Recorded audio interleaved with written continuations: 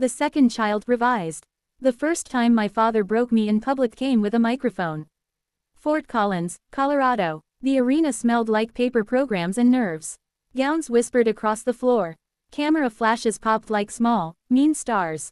My brother Dylan sat with the graduates, chin lifted, already wearing the smile our family had trained into him like a hunting dog learns stillness. In our house, love was a leaderboard. Dylan lived at the top. Honor student, star of every project, the future engineer headed to a big energy company. People said his name the way they say a brand they trust.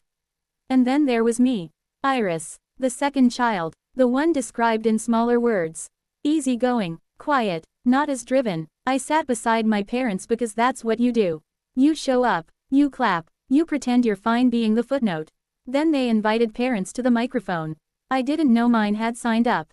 My mother stepped up first, waving like she already lived on a stage. My father leaned into the mic, and his voice carried clean across the hall. Our son made us proud, he said. Applause. Phones lifted. My chest loosened for half a second. Then he paused, just long enough to make the room lean in. The second child, he said. Not exactly. The hall burst out laughing. Not polite laughter, real laughter, bright, rolling, contagious. A wave that crashed over my head while I sat there trying to breathe. I stared at my father, waiting for the correction. The wink, the hand on my shoulder that would make it harmless. Seriously, I said. Heads turned toward me like I'd spilled something red on white carpet. My father just chuckled and looked away. On stage, Dylan stood in his gown and said nothing. Kept that practiced smile, eyes locked somewhere above the crowd. My mother's face stayed pleasant, like this was all adorable. No one defended me. Something in me went cold. Not angry, cold, the kind of cold that doesn't tremble. The kind that decides. I stood up. My chair scraped the floor. My mother's hand shot out and grabbed my wrist. Iris, she hissed through a smile. Sit down. I gently removed her hand. Then I walked out. In my car, my phone buzzed. Don't be dramatic. Not I'm sorry. Not are you okay. Just a reminder. Your feelings are an inconvenience. I opened my contacts. Blocked her. Blocked my father. Hovered on Dylan's name. He hadn't laughed, I told myself. He was trapped too, I told myself. Then I remembered his smile. I blocked him anyway. 6 years later, my life in Sacramento was quiet in the best way. A one-bedroom apartment. A job as a logistics analyst. Routes, shipments, delays, problems that could be solved with math instead of submission. Friends who didn't make affection a prize. I didn't check in. I didn't keep one foot in the doorway waiting for someone to notice I was gone. Then, on a Tuesday night, my phone lit up with a number I recognized even after years of silence. Mom. New number. Of course. The message came through short and jagged, like a cut sentence. Come home. Your brother has. That was it. 2 minutes later, another text. Dylan had crashed his car driving drunk. He was alive, but he'd lost his job.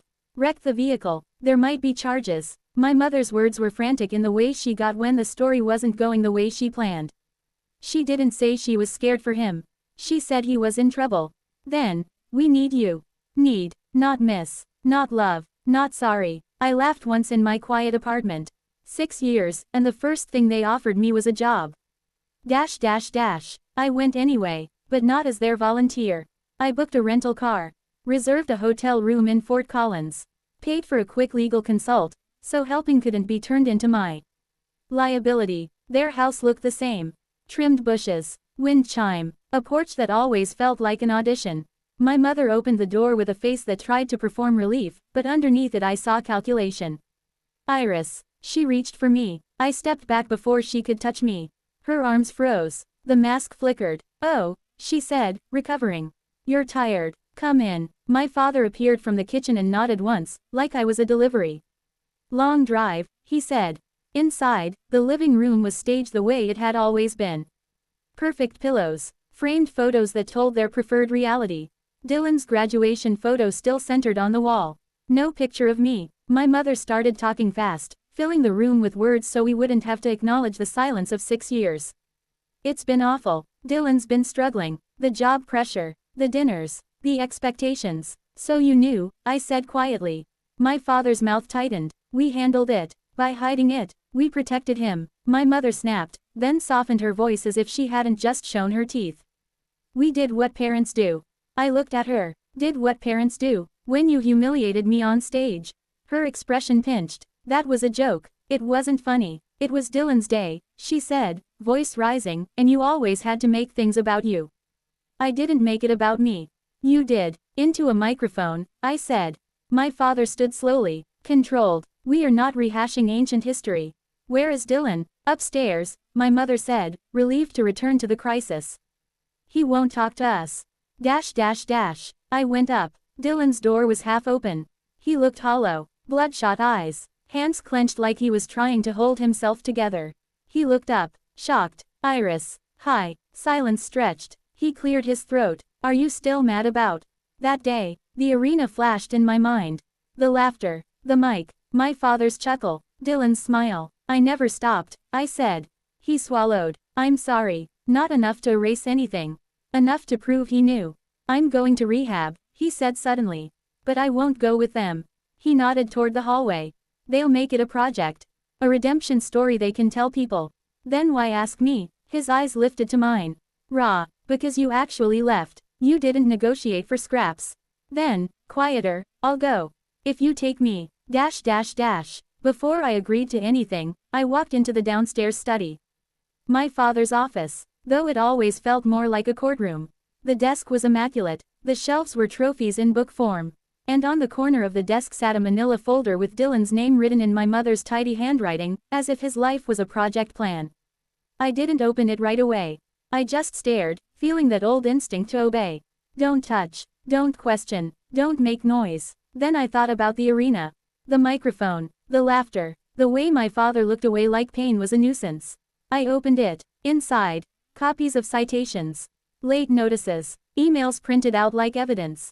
A stack of payment confirmations. A letter from the energy company's HR department, final warning language, dates circled in red. A brochure for an outpatient program, untouched, folded the way you fold something you don't want anyone to see. At the bottom, a sticky note in my mother's handwriting. Call Mark at the station. Ask what can be handled. My stomach turned. It wasn't just that Dylan was drinking. It was that my parents had been managing the fallout like damage control for a brand. From the kitchen, I heard them arguing in low voices.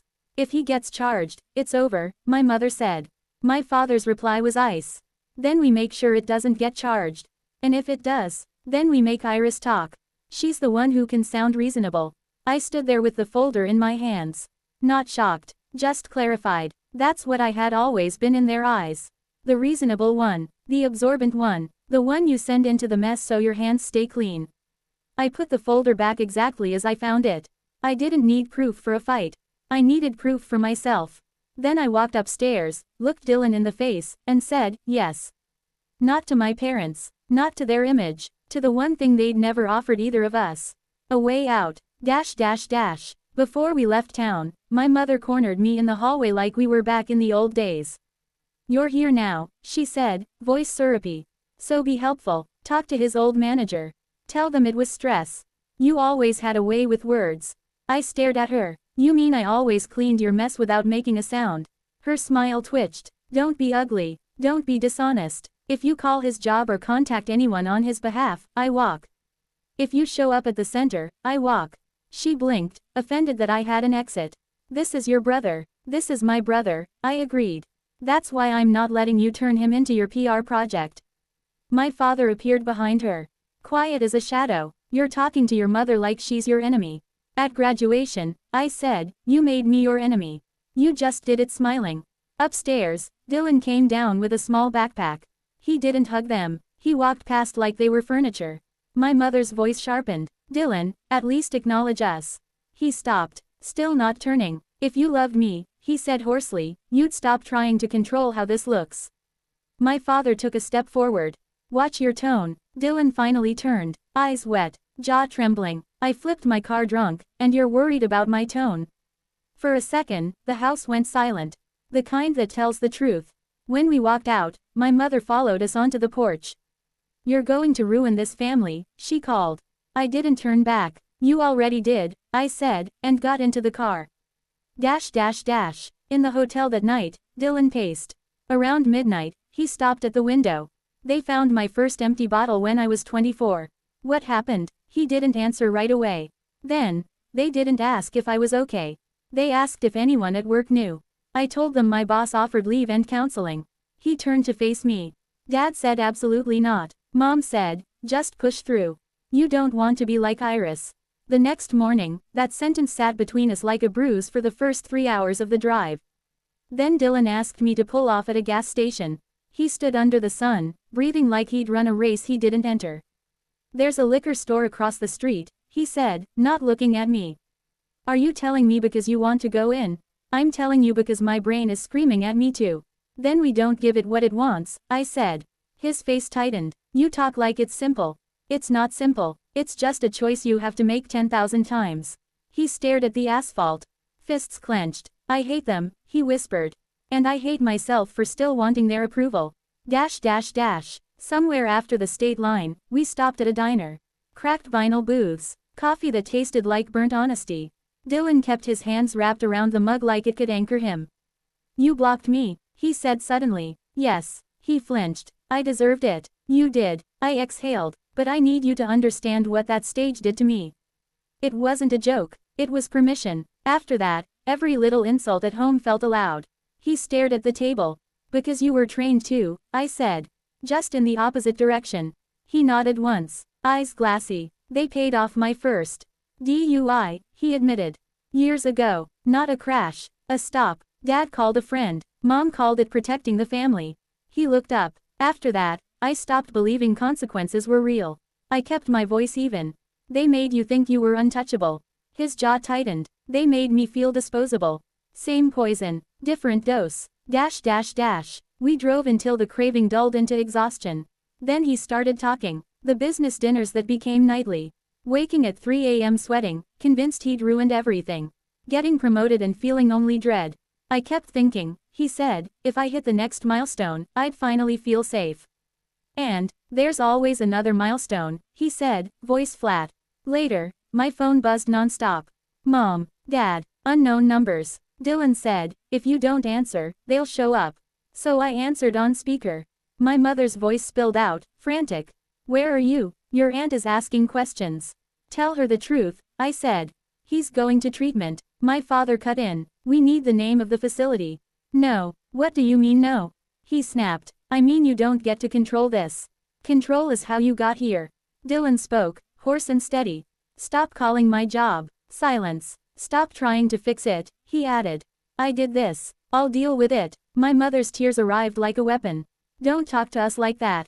We sacrificed. Dylan laughed. Sharp and broken. You didn't sacrifice. You invested. And now your investment looks bad. I ended the call before they could twist it back onto us. At the rehab center, intake was all quiet voices and paperwork. The coordinator asked who would be the emergency contact. Dylan glanced at me. I can be listed, I said. But only if you call me when you feel like running. Not them. His throat worked. Okay. Then he walked inside. No speeches. No redemption soundtrack. Just a man choosing a door over a bottle. My phone rang again. Dad. I answered because I wanted the cut clean. Put him on, my father demanded. No. My mother grabbed the line. Iris, don't do this. We just want to help. You want to manage. There's a difference. My father returned, colder. You don't get to decide what's best for him.